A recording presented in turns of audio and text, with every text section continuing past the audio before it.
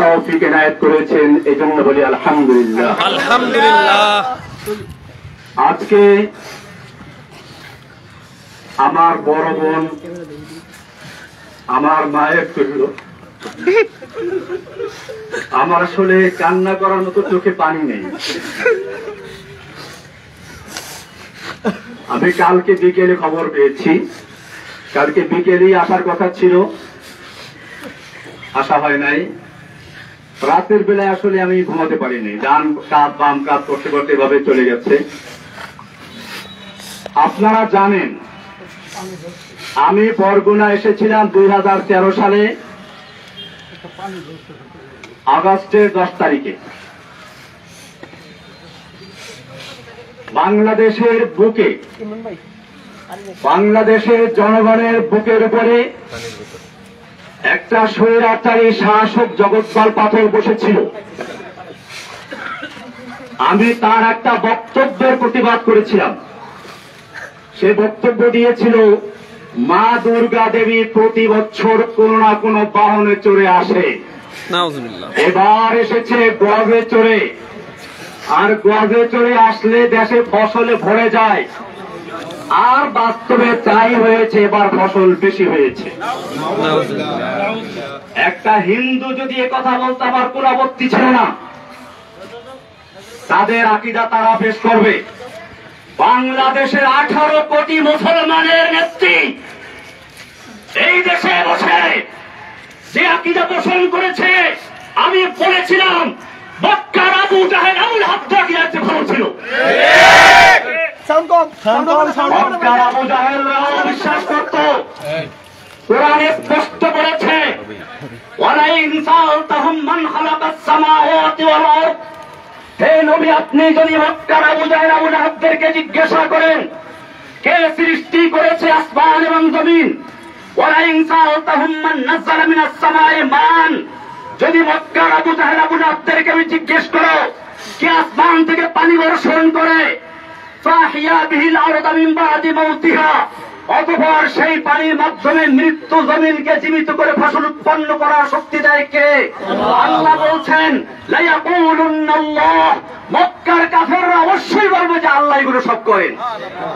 যেখানে মক্কার আবু জাহেল আবু লাহাবরা পর্যন্ত বিশ্বাস করত বৃষ্টি দেওয়ার মালিক আল্লাহ, রিজিক দেওয়ার মালিক আল্লাহ, সেখানে বাংলাদেশের মুসলমান দেশের প্রধানমন্ত্রী বলেছিল মা দুর্গা দেবী গজে চড়ে এসে বলে ফসল বেশি হয়েছে। আমি তার প্রতিবাদ করেছিলাম, তার হিংসার কারণে আমাকে গ্রেফতার করেছিল। আপনারা জানেন আমার জামিন হয়েছিল, আমাকে হাইকোর্ট থেকে জামিন দিয়েছে, কিন্তু হাসিনার কোর্ট আমাকে জামিন দেয় নাই। আমাকে জেল গেট থেকে নিয়ে 2 দিন রেখে আবার গ্রেফতার করে ভিতরে দিয়ে দেয়। এখন আমি সেই মামলায় কারারুদ্ধ আছি। ভাইয়েরা আমার, আপনারা জানেন আমি ঈদের সময় বাড়িতে বেড়াতে এসেছিলাম। আমি কোন দল করি না, আমার প্রত্যেকটা লেখা এবং বক্তব্যে বলা আছে আমি একজন মুসলিম। কোরআন আমার পরিচয় দিয়েছে, হুয়া সাম্মাকুমুল মুসলিমিন। আমি সেই মুসলিম পরিচয় দিয়ে চলেছি। আমার নামে একটা দল তৈরি করে কখনো বলা হয় আমি নাকি আধ্যাত্মিক নেতা, কখনো গুরু, কখনো প্রধান, কখনো আরো কি। সাংবাদিক ভাইদেরকে আমি জিজ্ঞেস বলতে চাই, আপনারা ভালো করে দেখুন, জসিমউদ্দিন রহমানী গ্রেফতার হওয়ার আগ পর্যন্ত আনসারুল্লাহ বাংলা টিমের কোন দলের নাম কোন কানেও শুনে নাই। আমি চ্যালেঞ্জ করে বলি, বাংলাদেশে আনসারুল্লাহ বাংলা টিম নামের কোন দল নাই, এটা শেখ হাসিনার তৈরি করা। আপনারা জানেন সূরা কসাসের শুরুতে পড়বেন, কোরআন বলছে ফেরাউন সম্পর্কে আলোচনা, সেখানে বলেছে ফেরাউন কি করত, ওয়াজআলা আহলাহা শিয়া। ফেরাউন তার জাতিকে বিভিন্ন দলে দলে বিভক্ত করত, ইয়াস্তাযইফু তাইফাতাম মিনহুম, তাদের একটা গ্রুপকে সে দুর্বল করে রাখত। শেখ হাসিনা সেই ফেরাউন, এই যুগের ফেরাউন হাসিনা বাংলাদেশের জনগণকে কেউ রাজাকার, কেউ আনসারুল্লাহ, কেউ অমুক তমুক বিভক্ত করে সে তার শাসন করতে চেয়েছিল।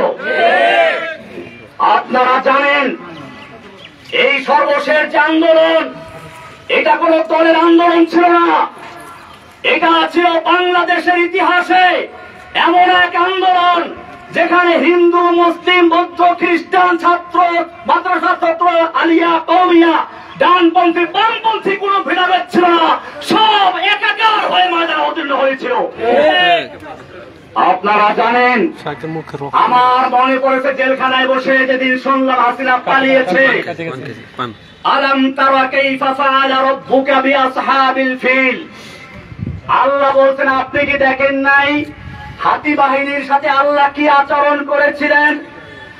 হাতি বাহিনী হাতি হাসিনা নামাতে চেয়েছিল, সাজু আজান নামিয়ে দিয়েছিল।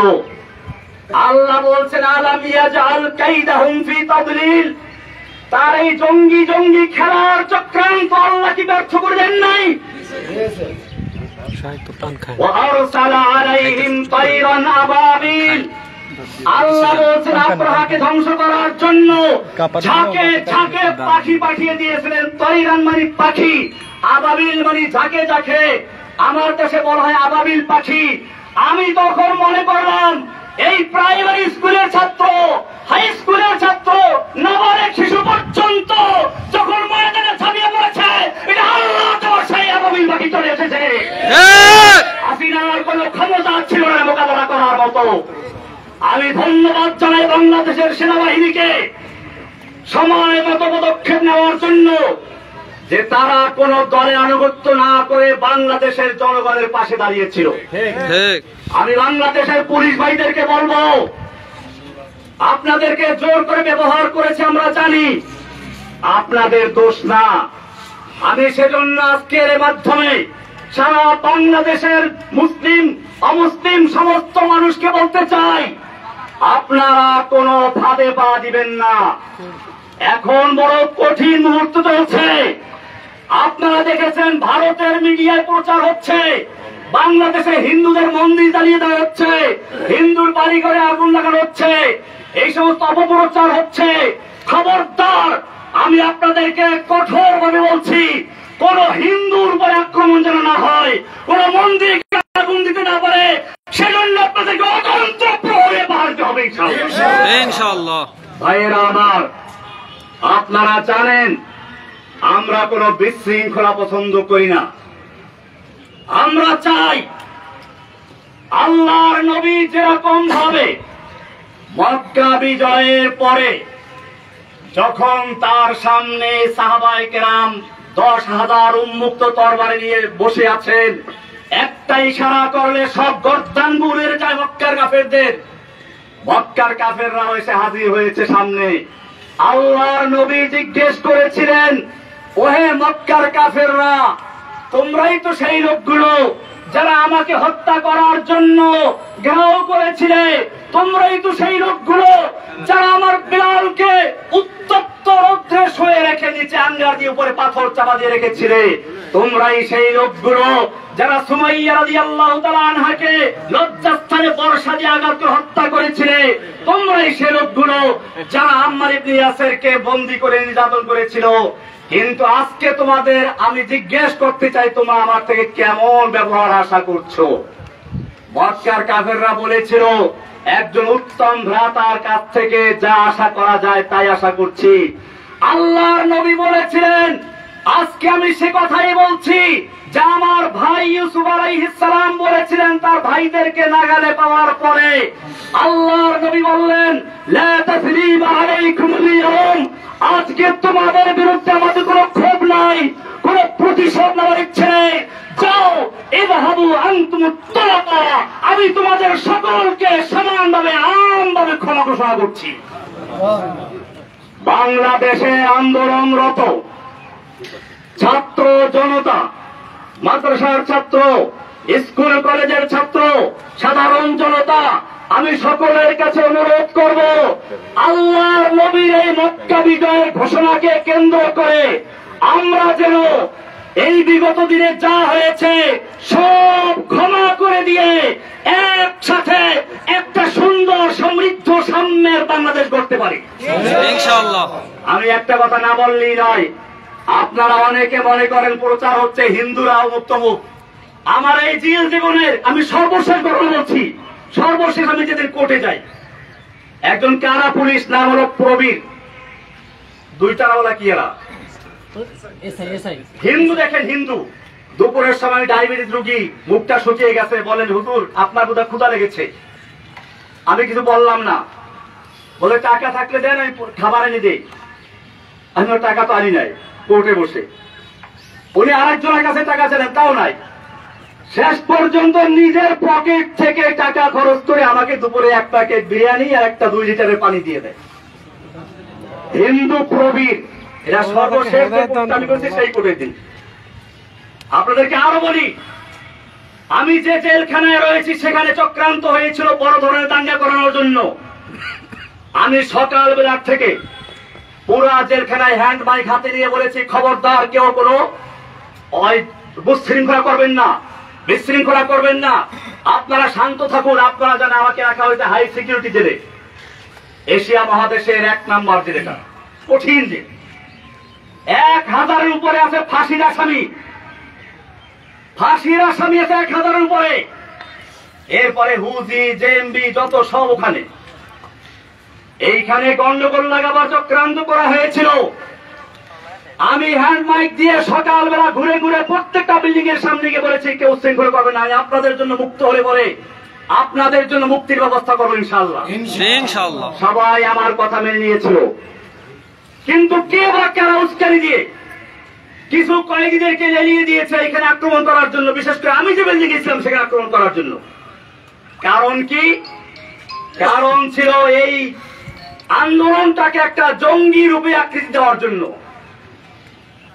আমি গোয়েন্দা বিভাগের ভাইদেরকে বলবো, ঢাকার high security, Kashimpur high security জেলে পরিবেশ শান্ত হওয়ার পরে এই কয়েদিদেরকে লেলিয়ে দিয়েছিল কারা হাজুদের উপরে। যদি সেদিন আমি জীবনের ঝুঁকি নিয়ে বাধা না দিতাম তাহলে সেখানে কারবালার ময়দান হয়ে যেত। কারণ হাজুতেরা নামলে বলে ওই কয়েদিদেরকে খুঁজে পাওয়া যেত না। এই চক্রান্ত কারা করেছিল আপনাদের খুঁজে বের করতে হবে। এই চক্রান্ত শুধু জেলখানার ভিতরে না, আপনারা শুনুন, আমি যেই ব্লকে থাকি, অর্থাৎ ব্লক বলতে একসাথে 7টা রুম, আমি সবসময় একাই থাকতাম এক ব্লকে। কিছুদিন আগে বন্দি বেশি হয় আমার ওখানে, ওই যে প্রশ্ন ফাঁসের আসামি আবেদ আলী, ওর সাথে আরো কয়েকজন দেয়, আমি তো বলছি হিন্দু একজন আসামি, হিন্দু। আমি বললাম খবরদার তুমি যে হিন্দুরা তাহলে কেউ বুঝতে না পারে। আমি ওর নাম রেখে দিলাম আব্দুর রশিদ, এখন আমার পাশেই আছে, আসার সময় দেখা করে আসছি, যাতে করে তার কেউ ক্ষতি করতে না পারে। আমার বড় ভাই এখানে আছে, আমি ছোটবেলায় দেখেছি।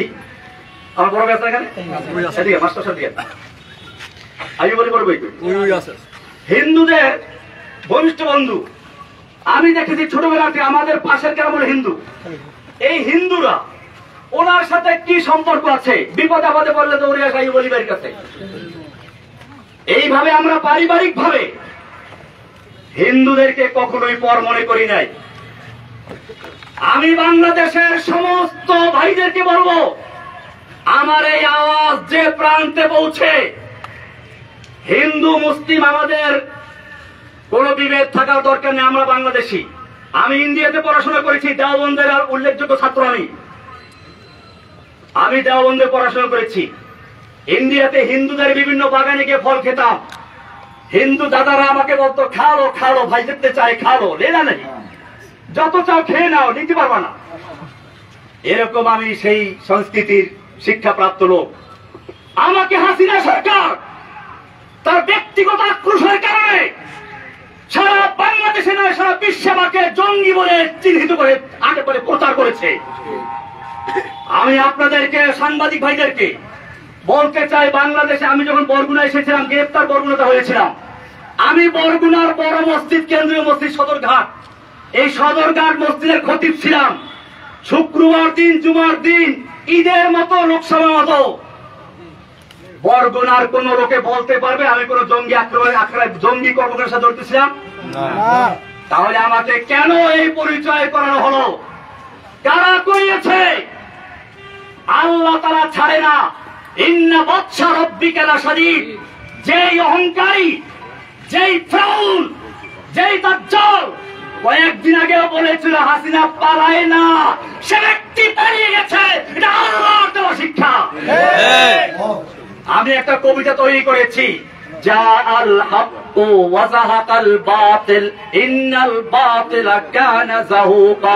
ফিরআউন আয়ে, হামান আয়ে, হাসিনা আয়ে, কাওয়া আয়ে, नानक आए, जालिम जाबिर सुल्तान आए, जितने जितने शैतान आए, सबको हुई रुसवाई हासिल। जाअल हक्कु व ज़ाक़ल बातिल इन्नल बातिला काना ज़हूक़ा। যুগে যুগে যত ফিরআউনের আগমন করেছে, আল্লাহ একটু ঢিল দিয়ে দেখে কত দূর যেতে পারে। যখন তার যাওয়ার সীমানা অতিক্রম করে আল্লাহ এমন ভাবে ধরে, তখন তার পালিয়ে যাওয়ার জায়গা থাকে না। ইন্না বাতশা রাব্বিকা লাশাদীদ, নিশ্চয় আল্লাহর ধরা বড় কঠিন।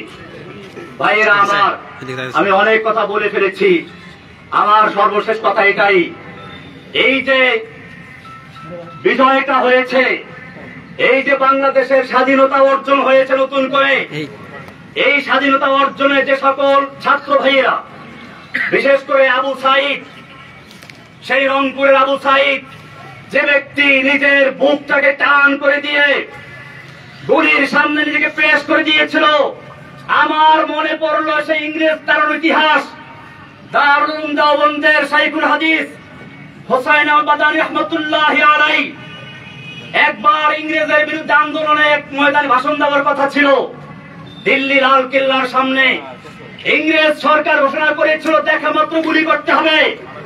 মাওলানা মাদানী রাহমাতুল্লাহি আলাইহি সেই ইংরেজদের সামনে গিয়ে হাজির হয়ে বলেছিলেন, मैंने सुना है कि ये सफेद कुत्तों ने ऐलान कर दिया है कि जो उनके खिलाफ नारा लगाएगा उनको गुली कर दिया जाएगा, करो गुली। যে আমি শুনেছি এই সাদা কুকুরের দল ঘোষণা করেছে যে ব্যক্তি এখানে বক্তব্য রাখবে তাকে গুলি করা হবে। আমি মাদানী হাজির হয়েছি, করো গুলি। এই বলে যখন তিনি ধিক্কার দিয়েছিলেন, সমস্ত পুলিশের হাতের রাইফেল গুলো ঝরঝর করে পড়ে গিয়েছিল। সেই ইতিহাস আবার একবার পুনরুজ্জীবিত করেন আবু সাইদ, ফারহান ফাইয়াজ, এরকম আরো কত তাহমিদ, আরো কত ছেলেরা। আমি সেই ছেলেদেরকে আপনাদেরকে বলি, সেই আবরার নাম বললেন না, আবরার ফাহাদ, আমি বলতে এখন আরো ভয় নাই, আগে ভয় পেতাম। আবরার ফাহাদের হত্যাকারী যারা, ওরা আমার পাশে একবার ছিল, এখন তাদের 5টা ছেলে পুরো কোরআনে হাফেজ হয়েছে। আপনি দেখলে বুঝবেন না যে তারা বইটের ছাত্র, তারা এখন মাদ্রাসার ছাত্র। আমি নিজেই কয়েকদিন বাকি দেখছি একজনকে দেখা করতে আসছে। আমার ভাইয়েরা, এদেশের সন্তানদের দোষ না, পুলিশের দোষ না,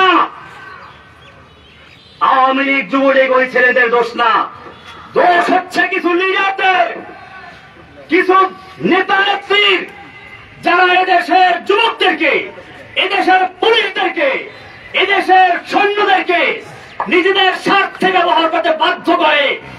আমি আমার বাংলাদেশের তরুণ ভাইদেরকে বলবো, তোমরা জীবন দিতে শিখেছ, ইনশাআল্লাহ যে জাতি জীবন দিতে শিখে সেই জাতিকে কেউ দামিয়ে রাখতে পারে না।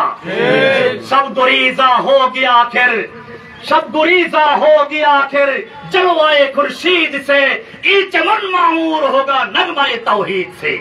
রাতের আধার কেটে যাবে পূর্ণিমার চাঁদের আলোকের ঝলকানিতে, এই জমিন আবার আবাদ হবে তাওহীদের আওয়াজে ইনশাআল্লাহ। ইনশাআল্লাহ ভাইয়েরা আমার, আমি আপনাদের কাছে দোয়া চাই, আল্লাহ যেন আমাকে এবং আমার সঙ্গে আরো যে ভাইয়েরা আছে সকল ভাইদের মুক্তি আল্লাহ তাআলা ত্বরান্বিত করেন, জোরে বলুন আমিন। আমরা জানাজা এসেছি আমার বড় বোনের মৃত্যু। আমার এই বড় বোন মূলত মায়ের মতোই, মায়ের আদর স্নেহ দিয়ে তিনি আমাদেরকে লালন পালন করেছেন। আমার এই বড় ভাইরা দুজন আছেন, আপনারা জানেন এই দুই ভাই কৃষক, কিন্তু এই ভাই একজন আর্জন করি, খলিল ভাই করি, আর ইনি হলেন Abdul Jalil master, BSc BEd MA pass. আমার ছোট ভাইটা ছিল আবুল বাশার, সেমে পাস করা ছিল, কলেজে প্রফেসর ছিল। আমাদের এই সব ভাইগুলোকে ঈদের সময় আমরা একত্রে ছিলাম, আমাদের ভাই বোন আমরা সবাই অত্যন্ত আপন। আমাদের মধ্যে কোন কোন রকমের কোন একটু মনোমানিত নাই। ঈদের সময় আমরা সবাই হাজির ছিলাম, আমাদের মেয়ে জামাইগুলো, আমাদের ভাইগুলো, ভাতিজাগুলো। আজকে কয়েকটা ভাতিজা এখন চিনতেও পারিনি আমি, কারণ ওরা ছোট ছোট অবস্থা জেলে ঢুকেছিল। এই লোকগুলোকে জঙ্গি বানিয়ে দিল।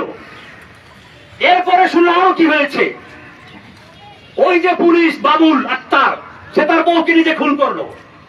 সে বলল কি যে আমি জঙ্গি আঙ্গি করতাম, সেজন্য আমার উপরে জঙ্গি আক্রমণ করছে। এরপরে সারা বাংলাদেশে গ্রেফতার করলো। আবার সেই সময় আমার এই কৃষক দুই ভাইকে ক্ষেতের থেকে ধরে গ্রেফতার করলো। আমার এই ভাই জলিল মাস্টার বরগুনার একজন নাম করা হেড মাস্টার, আজকে কত 11 বছর পর্যন্ত মামলার কোন বিচার নাই। মামলার বিচার করবে কি? এই মামলা তো হাসিনার নির্দেশে হয়েছে, এই মামলার কোন এভিডেন্স নাই, সেজন্য মামলা দেওয়া রয়ে গেছে। আজ পর্যন্ত বিচার শুরুই হয় নাই। আমি আপনাদেরকে কথা বলে এই জন্য বললাম, আপনারা বরগুনার মানুষ, হয়তো আপনারাও মিডিয়ার কারণে, অপপ্রচারের কারণে বিশ্বাস করতে পারেন, মনে করতে পারেন কিনা যেন আছে। আসলে আমার এই ভাইগুলোকে আপনারা চিনেন। আমার ছোট ভাই ওই সময় বাড়ি ছিল না, সে বরিশাল কলেজে প্রফেসর ছিল। তাকে গুম করা হলো, 6 মাস পর্যন্ত নির্যাতন করা হলো। বলা হলো তুই খালি একটা কথা বল, জসিমউদ্দিন রহমানী আনসারুল্লাহ বাংলা টিমের প্রধান, তার তোকে ছেড়ে দিব। আমার ছোট ভাই